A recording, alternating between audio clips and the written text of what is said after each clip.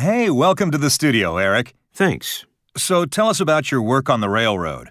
Well, I worked from fall of 1976 through the spring of 1987, was hired as a brakeman switchman, later was promoted to conductor status, but generally would rotate among all three jobs.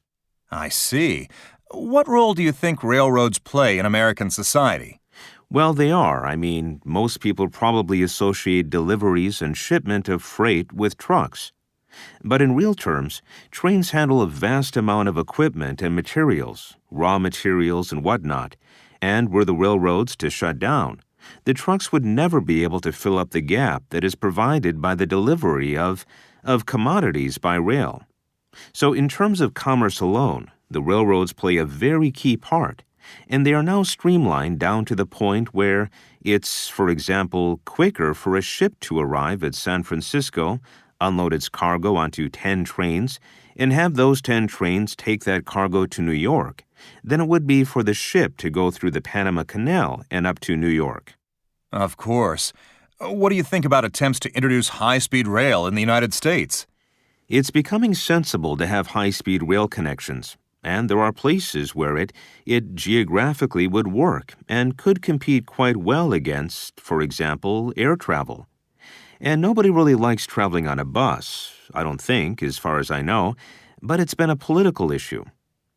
For example, the Obama administration has wanted to introduce high-speed rail as an incentive for states to A, put people to work building these systems and to accept government subsidies for this, and B, then to actually maintain the systems.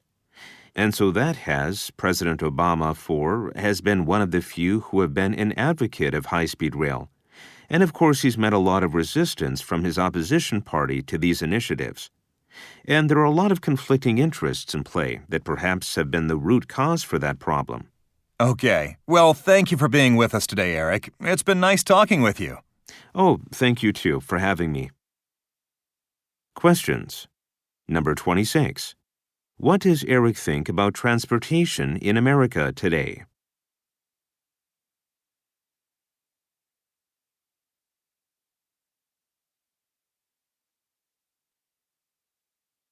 Number 27.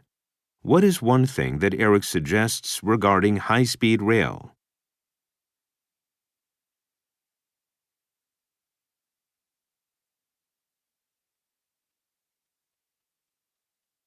Your time is up. Stop writing and wait quietly until the answer sheets have been collected.